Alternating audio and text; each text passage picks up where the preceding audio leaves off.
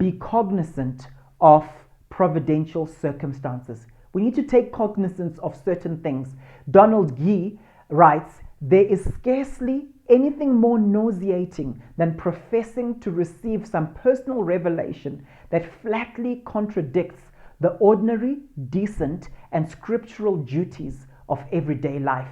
And Donald Gee, he wrote in near the beginning of the last century, but amazing wisdom concerning these things. And you know what this is speaking of? Sometimes people have got this thing of, I'm being decisive concerning certain things, but you can see that their circumstances, their life stage goes completely against that.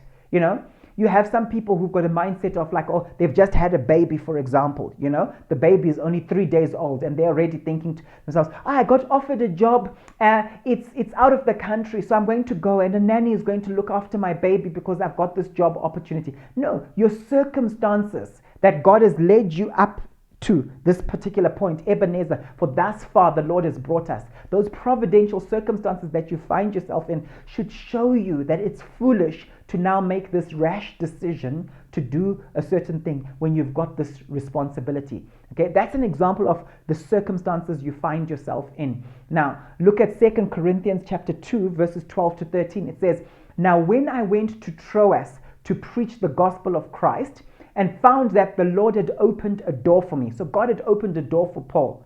I still had no peace of mind because I did not find my brother Titus there. So I said goodbye to them and went on to Macedonia. So he found that his circumstances, he was a team player, right? So Paul was working with the principle of partnership and teamwork. And his circumstances were such that although a door had opened, and he wanted to be decisive about it, he did not want to go through the door without his teammate because that was his principle. So his circumstance did not allow him to continue. All right? You see, sometimes providential circumstances can look like closed doors. And this is where we have to know that, oh, is this a door God has closed? Or is this a door the enemy has closed and I must actually rebuke it open? Okay? Tell it to open. Right? So it can look like closed doors versus open doors. Right? And you might say to yourself, you know what, I think we should go here because this is where the door has opened. But you have to be led by God's Spirit. Sometimes it might look like supernatural alignment of certain circumstances.